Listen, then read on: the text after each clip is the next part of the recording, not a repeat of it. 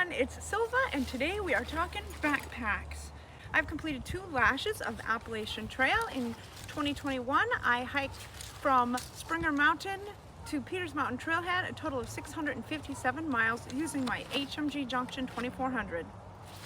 This past spring in 2023, I hiked from Peters Mountain Trailhead to Harper's Ferry, about 368.4 miles using the Gossamer Gear Mariposa.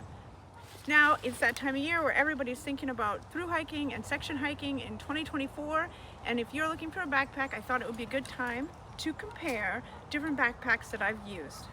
Several years ago, in the fall of 2020, I did a comparison video of my Osprey Aura to the Hyperlite Junction 2400. If you're interested in that video to check out what those differences were in those packs, I'll link that right here for you. When I bought the Hyperlite mountain gear pack, it was known as the Junction 2400. Now it's called the Junction 40 liter. Same pack, they just changed the name. Starting off with the weight of each pack, the Hyperlite mountain gear comes in at 1 pound, 14 ounces. The Gossamer Gear Mariposa comes in at 1 pound, 12.6 ounces. So not even a 2 ounce difference between the 2 packs. The Hyperlite mountain gear pack is made of Dyneema, which is highly water resistant, almost waterproof. If you've been out there for days and days, it might start leaking around the seams. So I did use a pack liner, and it did keep all of my gear nice and dry. The Gossamer Gear Mariposa is made of a denier, Roby, high tensile strength nylon. Now, it does absorb water, it's not water resistant, but I did use a pack liner, and it did keep my gear dry. I never used a pack cover, just the liner, and it kept everything perfectly dry. Let's talk capacity. The Hyperlite mountain gear is a 40 liter pack. It has a max carry of 40 pounds, and I would say that would not be a comfortable carry in my humble opinion. I usually carried around 28 to 30, I think, in this pack, maybe a little less, depending on how many days of food I had, but the most I carried was 30 in this pack, maybe a little over some days on a 6-day food stretch, but that was not very comfortable. It was more comfortable if I kept it 25 or under. The Gossamer Gear Mariposa is a 60 liter pack, and I usually carried anywhere from 22 to 25 pounds, maybe a tiny bit more if I had a longer food section, but really never over 26 pounds probably. And I can say that it was very comfortable that entire time. This has a max carry of 35 pounds. I've not carried 35 pounds in it. I think once I did a section of a couple days and I carried a little bit more than 30 pounds and it was still fairly comfortable. I think the reason this one was slightly more comfortable than the HMG is the shoulder straps, and I will zoom in on those and show you the difference of those so you can see the padding difference. The difference in the shoulder straps, you can see the difference in thickness, which definitely adds to the comfort of the Mariposa. So the Hyperlite mountain gear has a Y strap on the top to carry a bear can on the top if you are carrying a bear can or you're in bear country. It has straps on the side for extra compression. It has a roll top closure system, and it is Velcro on the top.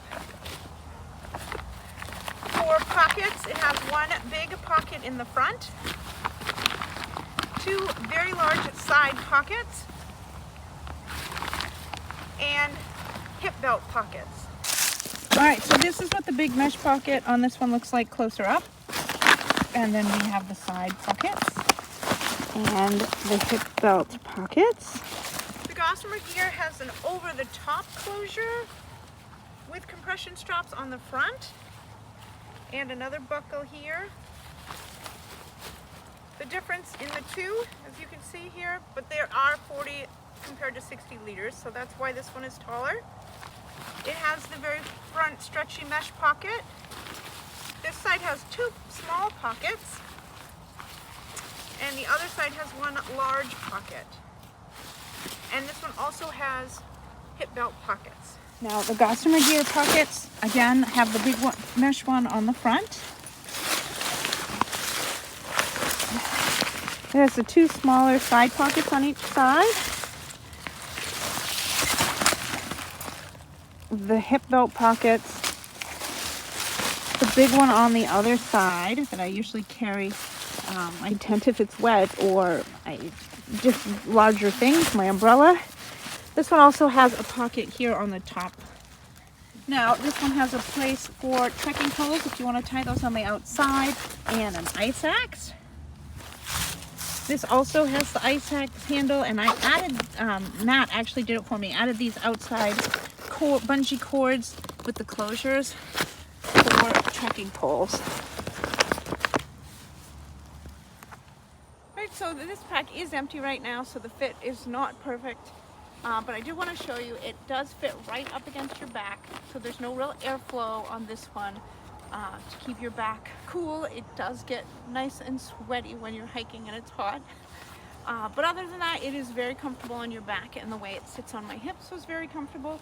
I was not able to very easily reach the water bottle pockets, so that is why I solved that problem by getting a water bottle holder for my shoulder. It was just too much trouble to keep reaching for my water. This pack also rides very close up against your back as well. It does have a sit pad that sits back there that helps a tiny bit with airflow. It does help a little, but you still get pretty sweaty. But I will show you a close-up of that when I take the pack off. Here's what the back looks like that rests against your back. This is the sit pad it came with. I did upgrade to airflow sit light camp seat, and I'll show you what that looks like in the pack. This is what it looks like when it's in place for the upgraded seat. This one is much easier to get in and out of the pack when you want to use it as a sit pad. So this one also has difficulty in getting to the water bottle holder. It's a little easier on this side because the pocket is short, but it's still a struggle when you're hiking and you're trying to reach for your water. And because my shoulders dislocate very easy, I did go ahead and purchase a water bottle holder for the shoulder strap. Just makes life so much easier. I thought I would also show you a little bit about the wear and tear on each pack so you can get an idea of how well they're made and how long they last. Now this one does have 657 miles on the AT plus multiple 2, 3, and 6 day backpacking trips that I've used it on. The Mariposa has about 368 AT miles, and again multiple 2, 3, 4 day backpacking trips that I've used it for. And as for wear and tear, really, my Hyperlite mountain gear got kind of dirty and it doesn't clean well. And I got this this rip right here, you can see in the mesh along the top of the pocket. This happened to me once before and they fixed it, but again, it happened a second time. So, and it's coming apart in a couple spots right there. But that's really the only wear and tear. The bottom held up nice. There's no holes. It is a little thicker on the bottom, so that's nice. The Mariposa has a few holes in the front pocket due to my trowel. And when I fell and slid down a rock, I have some holes here that I sewed up. And that was very soon after I bought it. I slipped and slid down some rock and it did rip a hole in it, which was very disappointing. But inside you can see it does have an internal frame in there. It's not a very heavy duty frame, but there is a slight one in there, and that's the pack liner down in there. Inside the junction, again, the internal frame, it just has the water bladder holder, and that again is my pack liner.